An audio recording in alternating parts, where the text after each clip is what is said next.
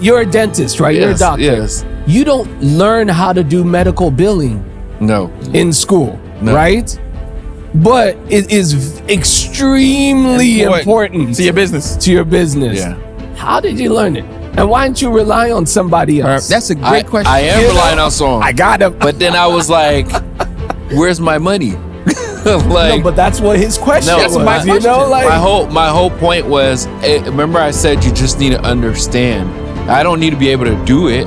I need to understand when something is not there. I might not know, like, you know, I might not know the answer to a random number. What you're saying is, you can't be an entrepreneur and be an introvert. You can't. No. We're not saying Is that what you're saying? I'm an extrovert. introvert. Because extrovert does not mean sales. No. So when I say, you know, there's two types of extrovert and introvert. Yeah. You have your personal life as an extrovert and introvert, and then you have your business life where you're going to business functions and things like that. You can't say, oh, I'm an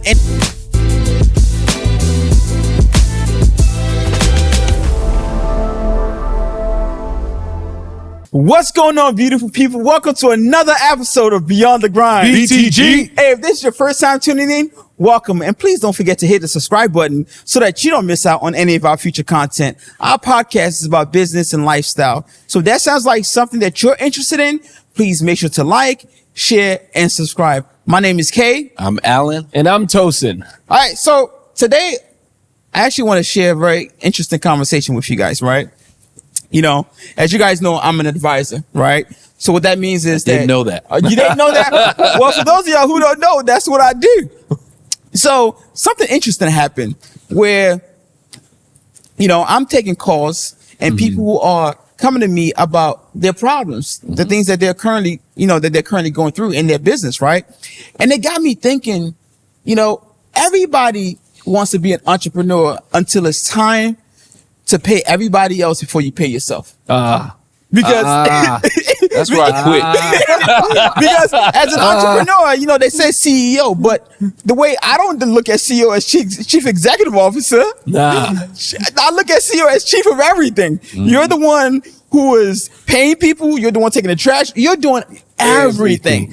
And the fact of the matter is that I think social media and just people in general tend to, you know, paint the good side of entrepreneurship, you know. Put it on the pedestal. Exactly. We're going to have a candid conversation today. And, you know, nobody really ever talks about the dark side of entrepreneurship and what it actually takes to, you know, build a business, right? What does it take? What does it take to be an entrepreneur? What does it take? If you had 3 words to describe what it takes. Well, I don't want to get to that yet, but I do get what you're saying. But so interesting. He's going back. He's feeling it again. He's like, it pains me every day. I didn't want to cut you off, but go ahead real quick. He's having a moment, man. No, I feel it. You know, it's like, you know, there's an African proverb that says, you know, an elder can see way better than a child, or an elder lying down can see way better than a child standing on top of a mountain. Right. I'm glad you asked that. He's got that feeling. He sees so much, but can't say everything. I'm thinking like there's so many, but you know, before we get deep into it, let me ask you guys, what would you guys say was the biggest wake up moment for you as a business owner? My paycheck ain't coming on Friday. For me, I was like, when you thought when the money hit, you know. I think for me is when you had all these plans and timelines, and it's time to hit the first timeline, and you're like, wait, can we restart? Like, you know, like I thought it would just open the doors and patients be like, boom, boom, boom, boom, boom, boom, boom. I was like, I did all the marketing. I did all the research. I did this. None of it worked the way I thought it would. I mean, it worked, but not like, you know, all the projections. Theory, when theory gets applied. Right. You know, it's like when you turn from just being, you know, reading the books to getting, how they say, real world experience is completely different. The field test and the field study and the data is in data. Historical data. It doesn't. It's not working. What did I do wrong? And the most interesting thing is, because obviously you have full-time entrepreneurs and then you have these what's it called? Solopreneur, where you do have your 9 to 5 and you're doing it on the side, right? That's a part-time. Or part-time, right? And for me, I think my biggest wake-up moment was when I realized that I was stretched too thin, and now I had posted for somebody else to come help me, right? And I'm having to tell folks to leave their job to come work for me, and there is this sense of responsibility that, man, you're now responsible for this person who happens to have a husband or a wife who has kids. Yep. And I'm like, that's a huge responsibility. Yep. There's no such thing as a guaranteed paycheck coming in every week or every other week. Nah. The sole decision boils down to you. Yep. When you work a 9 to 5, it's okay to be wrong. You get them next time. But they can absorb that. They can absorb that when you're making millions of dollars. That's a big company. They're rich. Yeah. They'll be all But right. they wouldn't even feel it. But when you're running a business where you're looking at the money coming in, you're looking at the money going out, and you're looking at the money that you need to survive, you start being mindful of things. You're like, maybe I should have been a better employee. What I tell my staff, they all know. I'm like, if money is going to leave this office, if we going to spend it on something, it better be something of value. Yes.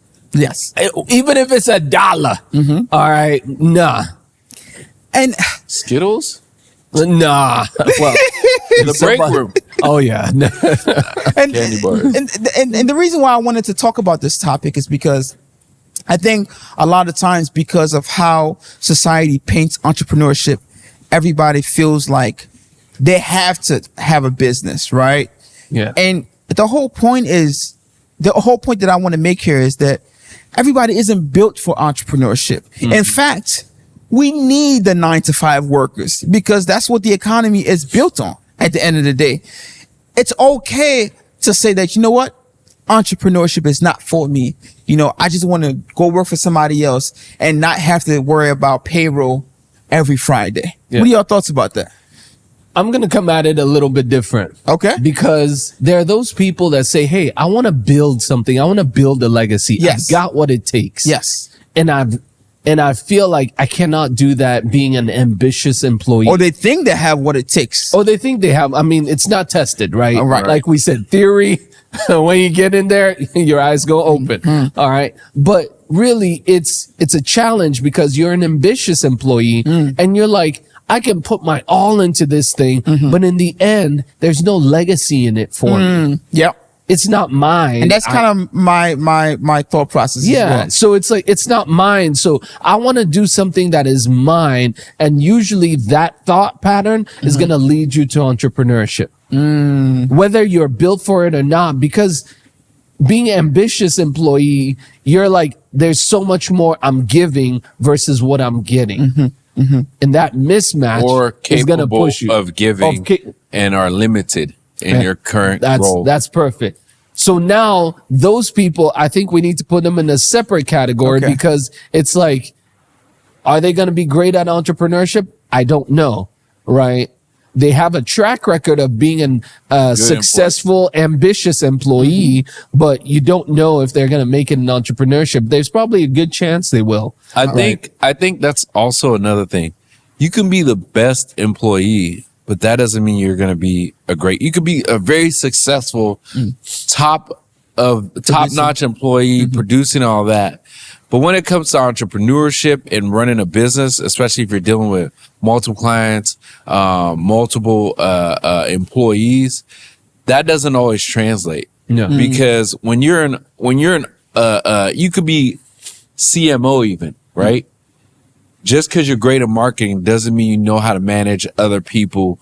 Yes. To in the HR division, because at some point you got to bring somebody in. You got to motivate the rest of your team to do what they want, and they might not be marketing minded, so they don't understand the dynamics of how you're setting these goals or whatever. They operate differently. So when you're an entrepreneur, I'm not saying that it automatically means if you're a CMO, you can't do this. I'm just saying some of those skills. Oh, by the way, sorry. What is a CMO? Sorry. Chief Marketing Officer. But I would say it doesn't mean that, you know, you have to stay in that role. It's just that whatever your title is, I was just using it as an example.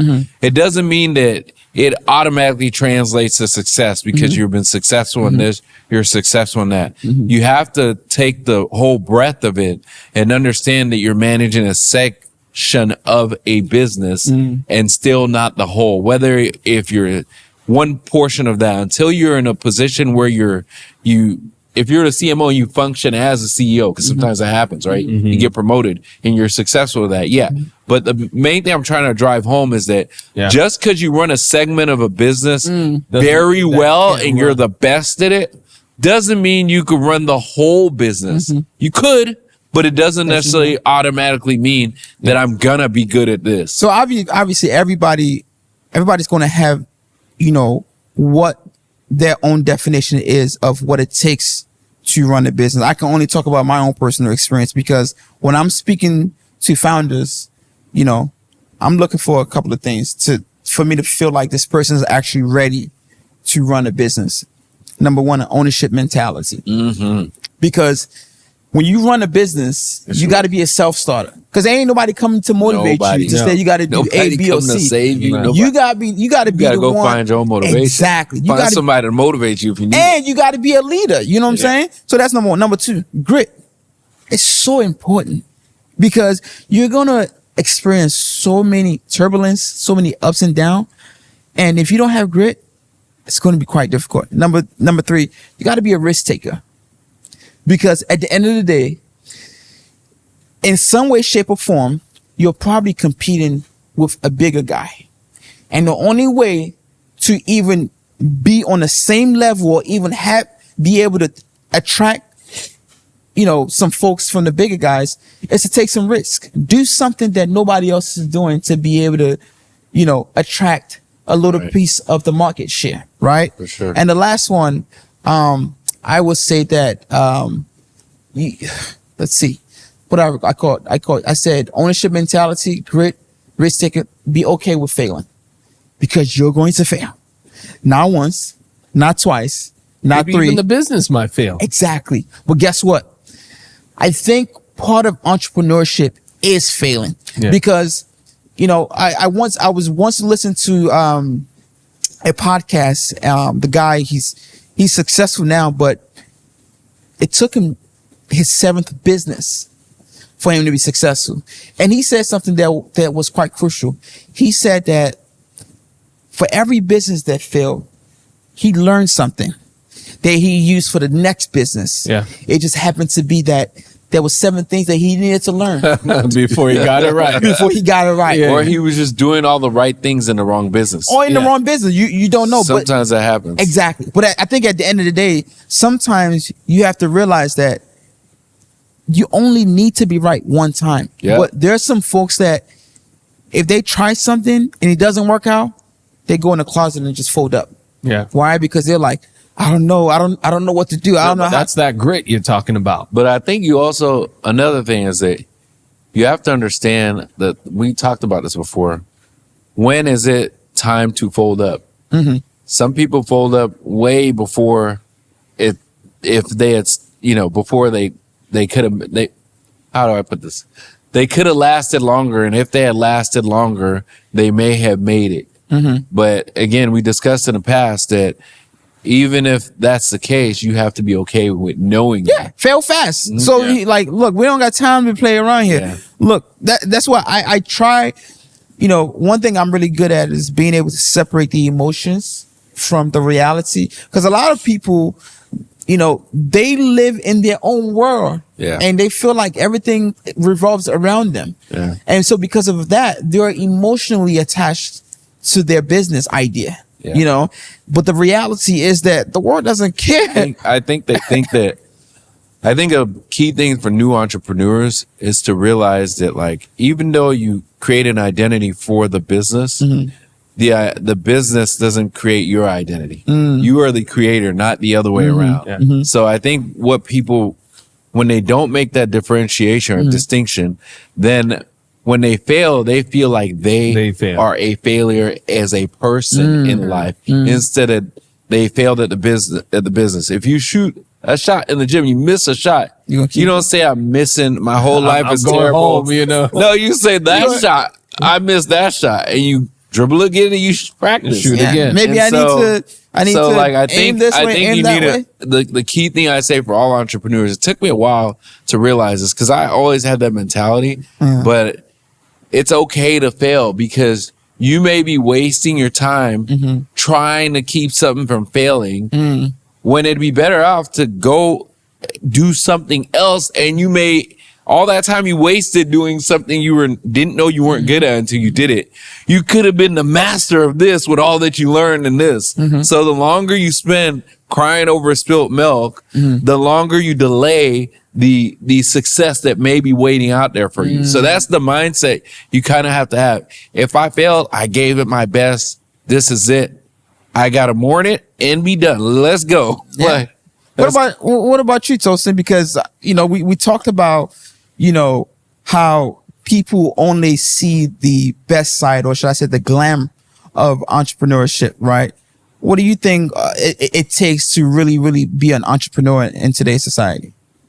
I think you won't know because every business is different, So different, right? man. However, I would probably put it in different stages. Okay. Number one, I'm going to tell them, hey, you know what? If you think you're supposed to be an entrepreneur, well, I'm going to put it to you this way. There are two types of entrepreneurs in my eyes. There's the solopreneur and then there's the entrepreneur. Solopreneur is a business that you can run on your own by yourself. Yeah. All right. That's a different level of entrepreneurship. Yes. And then there's the entrepreneur that has a team, people. Yes. It doesn't have to be a lot. It can even be one employee. Yes. All right. That creates a different dynamic, right? Than you getting to decide and choose everything, when you wake up, which clients you take on, what work you do and all that stuff. That's one side. All right. So decide which of the two that you're going to be. But I would probably recommend start the solopreneur route. Okay. Then you've got to decide if you really want to be an entrepreneur, start something on the side. Start it part-time. Start small. Because that will give you an indication if you have the skill set. Yes, because that's going to be more of that solopreneur side. And then if you really want to take your part-time hustle to the next level, hire somebody. So you get to experience the two types of entrepreneurship that I'm talking about at a manageable risk level, right? Because you're doing it part-time. You still got your full-time job. You've hired somebody. You're not there every day.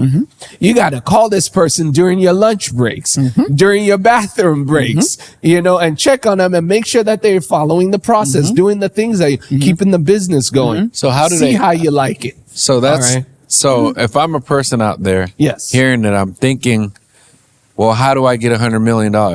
That's easy. You just put 50 million in an account yielding 5% for the next X amount of years. I hope that's not what you get. No, I'm saying. So how do they get this money to do all this first, second, and third? If you want to, I didn't say. I'm saying, explain to them. So what would be the game plan? Because people might be out there. If you want 100 mil, just put 50 mil on black in Vegas and hope it all goes well. Go.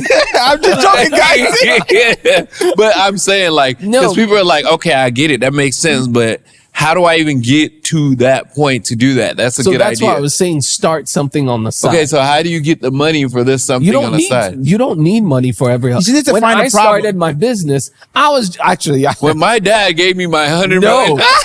Actually, my story is my wife got me my first client. All right, no, All right. I'm So- kidding, but I'm being No, but I'm serious, bro.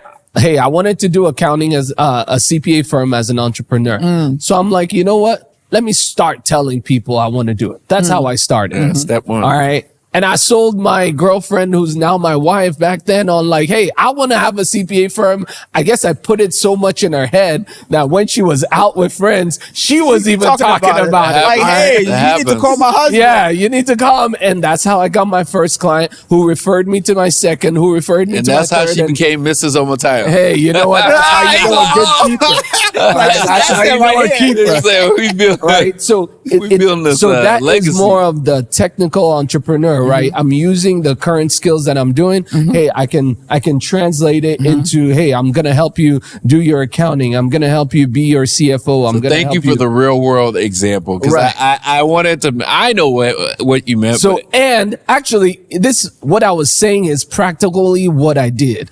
All right. And you guys can go out there and ask these folks. All right. And so now the look first person that helped me, the first person was my younger brother. Wow. To me, who's now a CPA.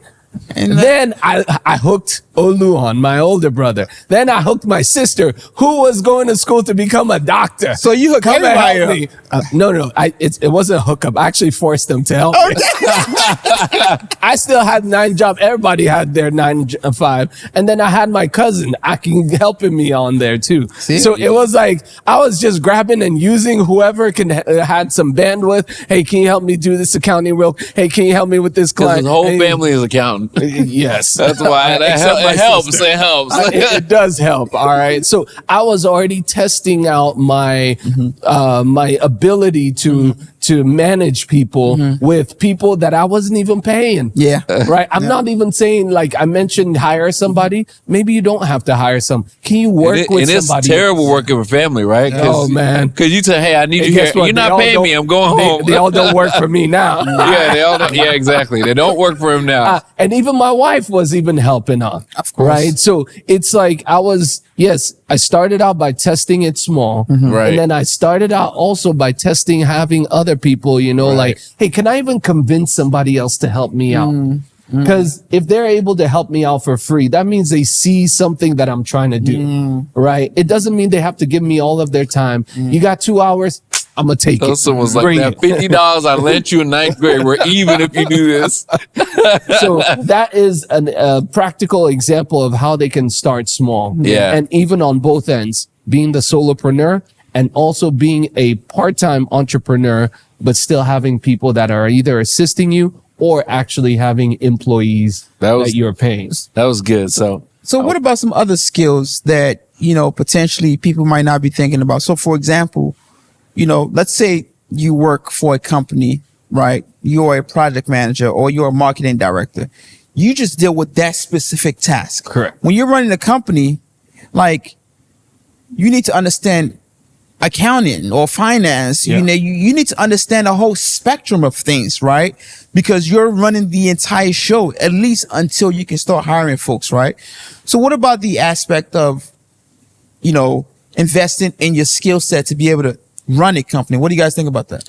I think yes and no, because to a certain extent, you need to know generic, like just you don't have to be really great at it. And I mean, you probably need to understand like 1% of each thing, because I don't think it would be wise use of your time and resources understanding everything really detailed.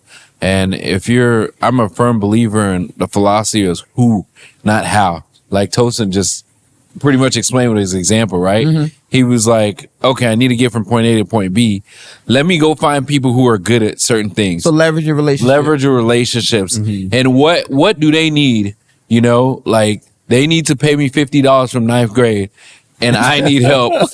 We gonna call it even. Like, Actually, let's make it a little bit more practical. I got something for you because you called me out on it. I got something for you. I was giving props. You're a dentist, right? You're a doctor. Yes. You don't learn how to do medical billing No. in school, No. right?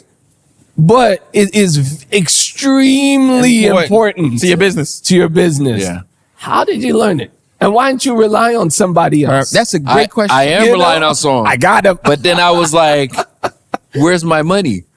No, but that's what his question No, was. that's my You know, like my whole point was, remember I said you just need to understand. I don't need to be able to do it. I need to understand when something is not there. I might not know like Okay. You know, I might not know the answer to a random number, 1082 plus 9,000, whatever, but I know the number ain't supposed to be 2. You know, like I know the direction. Obviously, you're not expected to have a PhD in every single aspect. Correct. That's what I said. You need to have a general for me, understanding. I'm starting off. I can't afford $2,000-$3,000. I'm just giving an example. I'm not saying that's what the cost is to get Tosin to. It's more. You know, yeah. You know, but I can't afford Tosin service. Right. So which means that I got to do my accounting. Yeah, or at least I got to understand my finance before I can get enough money to be able to bring in an expert. So you still need to know something. They have, what I'm trying to say is, I get what you're saying, but for that specific example, even Tosin knows there are tools online that you could do low level. That's where I'm going. But that's why I wanted to stick to what he had. That's what I'm going. Tools to do minimal stuff. No, not minimal stuff. Because your business probably not big enough. You got an MBA, to right? leverage. Yes. So you have to learn a lot about what it takes. Right. I'm not discounting that I know more than the average person because I've been prepared. Come on, man. Don't. No. I know they have already taught us all that. What I'm trying to say. So I have an unfair advantage, right? Okay. But Being if I was a doctor, yeah.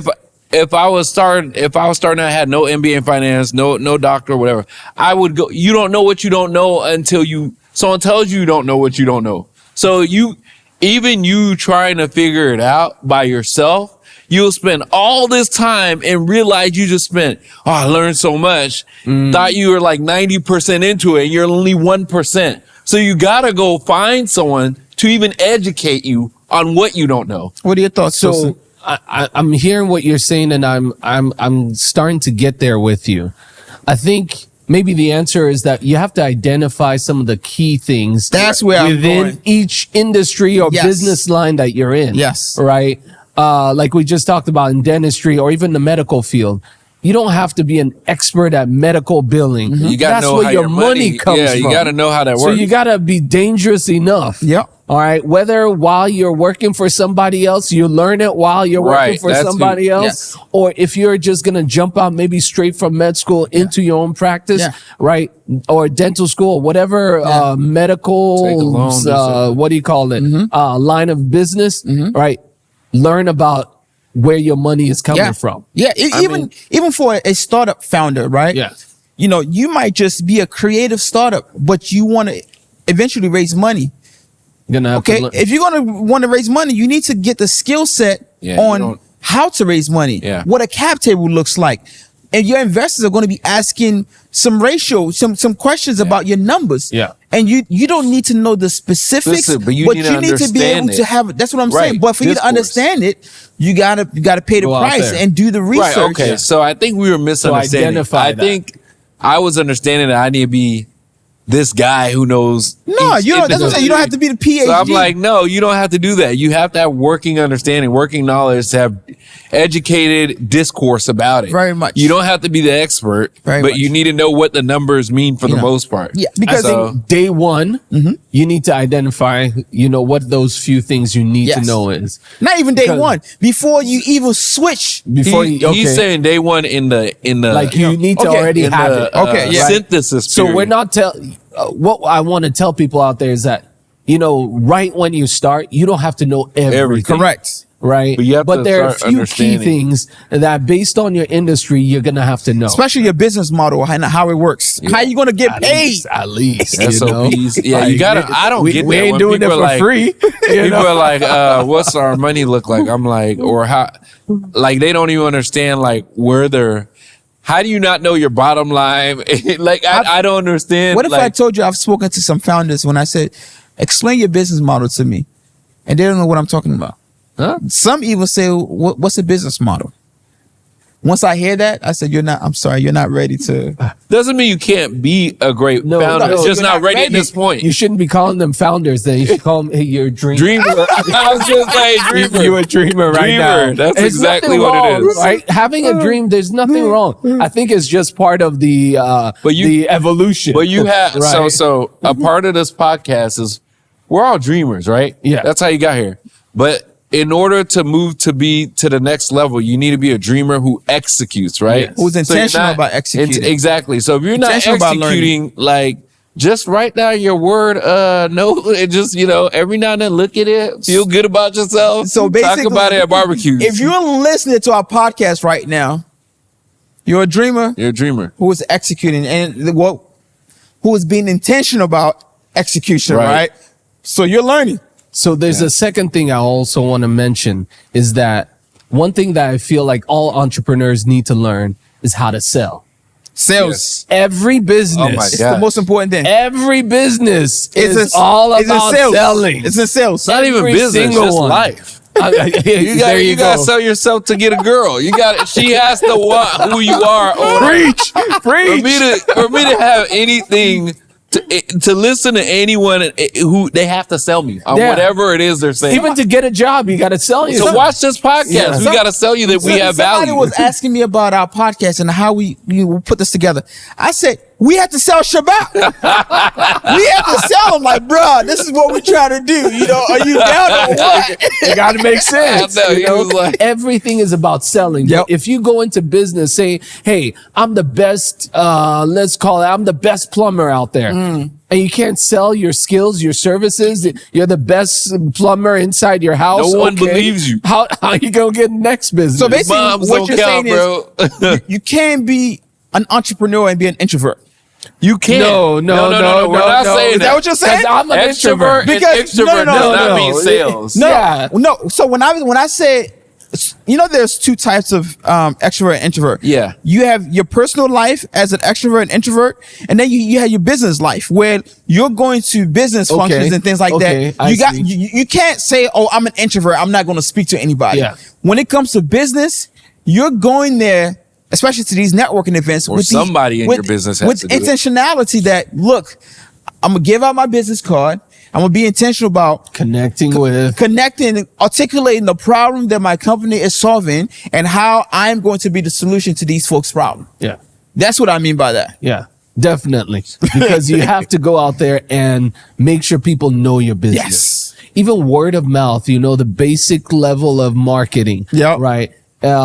I always say a good job gets the next job. Right. Right. So that's the easy part. Yeah. Right. But still, people want to know about what your business is doing That's so right. that they can refer you. They can be That's right. kind of like there's a book called Raving Fans, right? They can be that raving fan for your business. So Right. So you got to learn how to sell. altruism. Yeah. helps Close this out, bring- Alan. yeah. All right. Thank you all for watching. As we talked about, in this podcast, we talked about being a dreamer, Yep. right? Got to be a dreamer that executes. Kay also talked about failing forward. Yep. So we're looking for leaders that fail forward. Yeah. And he talked about, getting raving fans, right? But one thing that stands out with entrepreneurship and business owners and aspiring leaders is that to be a leader, you have to take that bold risk and you have to be resilient, right? You have to be intentional in everything that you do. If that is you, we want you and you love this podcast, please go ahead and subscribe and follow and share this. If you know someone who would benefit from all the things we say on this podcast, because that is our intention. Yeah. We're intentionally saying these things and doing these things. We encourage you to share it with them. As for now, we look forward to seeing you on the next episode of Beyond the Grind. Where can they find us? They can find us at gobeyondthegrind.com. Yeah. Until then, well, Peace I'm out. Alan. Peace.